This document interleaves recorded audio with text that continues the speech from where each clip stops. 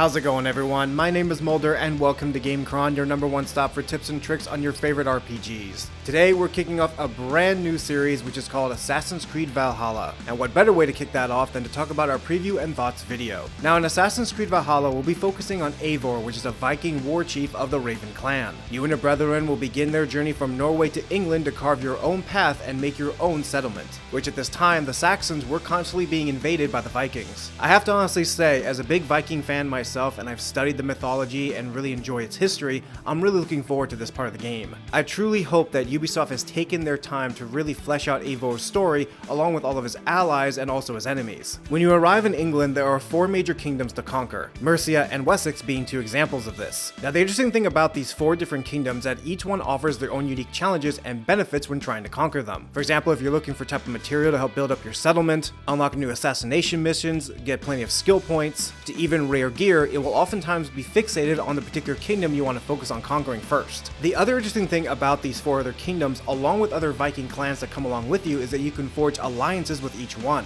Now given the fact that you cannot form alliances with every single Viking clan and every single English kingdom, because obviously you need to conquer some of these things, it's really going to be interesting to see which faction you can ally yourself with first and which ones will turn against you later on in the game. I hope this leads up to plenty of replay value for all of us who like to come back and play this game a second time over, to where we can pick completely different alliances and different paths that separate ourselves from our first playthrough. Because of just the sheer vast and beauty of these 4 different kingdoms along with other Viking clans coming into the mix, I really hope that Ubisoft has focused and dialed in on these type of achievements to where we can decide who we want to ally ourselves with and who we can take out first. But easily one of the biggest things about this game that I'm truly excited for is the settlement build. Once you arrive in England, you'll be building a settlement straight from scratch. What you decide to do with the settlement is up to your own choice. You can decide what type of buildings you want to build, say focusing more on blacksmithing or the care of your citizens, perhaps even an entertainment hall, or just different things depending upon how you want to build it. I'm really hoping that the different types of buildings we can select and build within our settlement can allow us to capture our personality as we build our settlement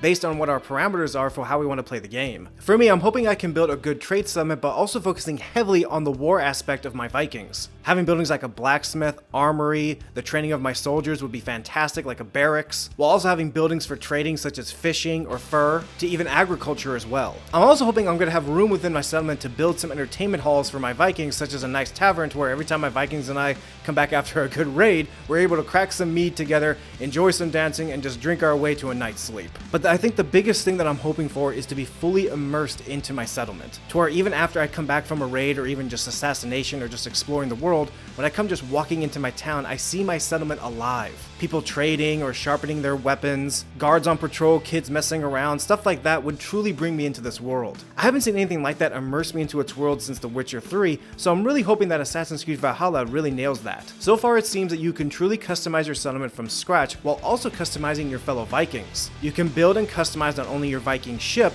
but you can also build up your Viking lieutenants to where they can help command your officers in battle, or simply just guard your settlement while you're away. You can decide what their looks are in this character, to their armor, and even their weapons that they use in battle. And I cannot wait to dive in and try out the different combinations and to share them with you all in my tips video series. Of course, no RPG would be finished without having a skill tree. In Assassin's Creed Valhalla, the skill tree is massive. Not only can you customize your ranged ability for this character, but also their close combat skills, but even the type of weapons they get to use, such as axes and swords. But the really interesting about this as well is that we'll be able to unlock special abilities once we discover certain types of books scattered around the world. These abilities can range from us going berserk on the battlefield to where we can take out multiple targets at once, to even calling forth a friendly wolf on our side to attack and maul our opponents when we try to flank the enemy. Because these books are scattered all over the world, I'll be doing my best to create a video to where you can find all these books in certain locations once I've discovered them all. Of course, it wouldn't be Assassin's Creed without assassination missions. But what's interesting too is that this actually isn't the main push towards this game. This is part of Eivor's main story, but the assassination missions can actually be done at your own leisure. You can easily go off and raid and pillage and destroy an entire English kingdom, come back, and then start doing some assassination missions if you wish. I will definitely say another great thing I'm looking forward to in this game is that I have my own raiding party. The game will be coming along with 2 unique expansions called Wrath of the Druids, which comes out in spring of 2021, and then finally the second expansion will be the Siege of Paris. along with the fact of getting a bonus mission once the game comes out, which is called The Legend of Beowulf. But I think the other great thing too about this is that we'll be getting free seasonal content as we go along. Not to mention the fact that a lot of this content will not only help upgrade our current character,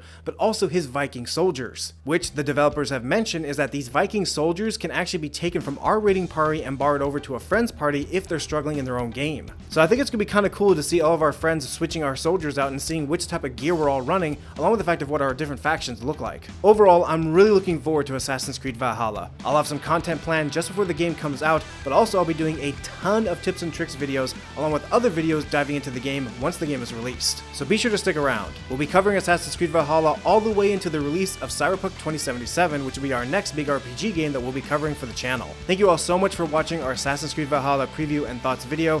My name is Mulder, and if you enjoyed this video, don't forget to like, share, and subscribe for a lot more. Thank you all so much, and I'll see you at the next video.